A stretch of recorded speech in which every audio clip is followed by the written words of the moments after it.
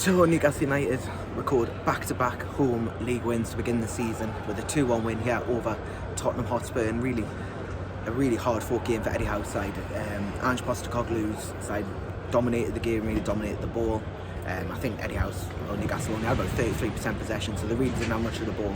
Not really too much of a shock against Postecoglou, very ball happy there, his teams. But yeah, Tottenham were very good.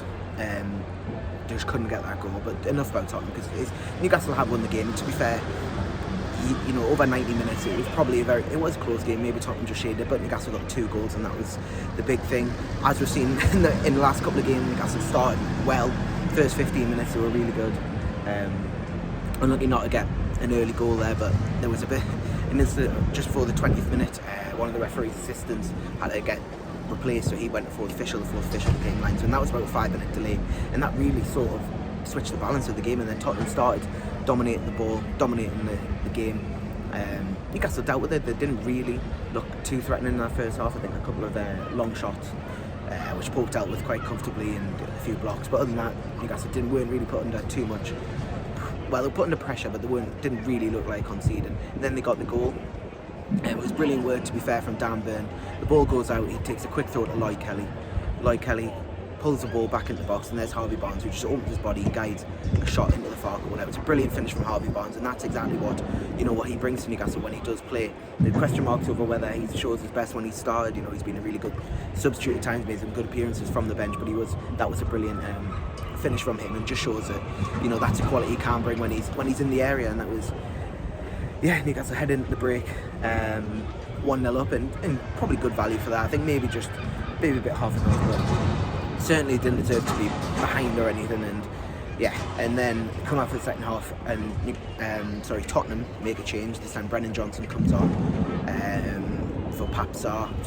Maddison drops back to Bissouma, and that really changed the game for Tottenham. Johnson had a really good effort outright, and he eventually gets the goal, although, to be fair, for about 2 or 3 minutes before the goal actually went in, Tottenham were dominating, multiple corners. Pope had to make some good saves, but the goal eventually comes. I would say it is a Dan Burn own goal.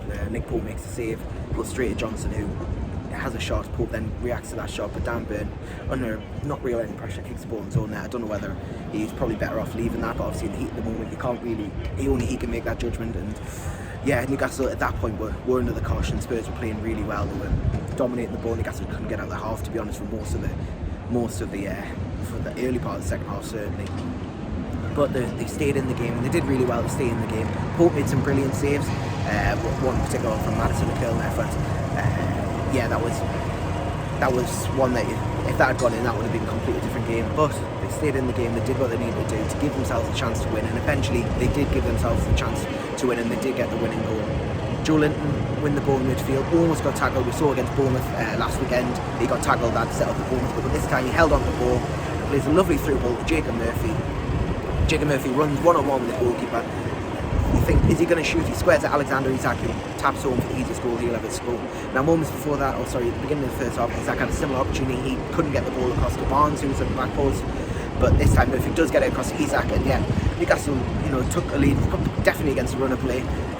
It will be a goal that, Postecoglou will be disappointed by. We all know his high line and fame for his high line, but that was one where you think it is a little bit avoidable if he doesn't make his team play a high line, but that's the risk and reward of his football.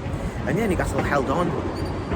Eventually, there was a lot of 5 minutes at a time, lots of, as always, worries at St James's. Sandro Tonali came on, to be fair, for his St James Park return. He got a big reception. To be honest, I think his introduction, although he didn't play a direct part in the goal or too much there was no key moments where he stopped play, his introduction really lifted the crowd. It'd gone flat a little bit just because Tottenham were playing so well. Tottenham did well to nullify the crowd, but unfortunately for them, it was Tonali's return. He got the crowd up, and then they eventually got it. After a disappointing summer transfer window, Newcastle United have reacted with a win and had an international break, 7 points from 3 games, and that will be a big benefit to them. And that's it really. They can only do what they can do on the pitch, and they're through in the Carabao Cup. They've got 7 points, and now got 2 weeks before the game against Wolves. I can see on my shoulder, Yasser Al-Romain, he was here today.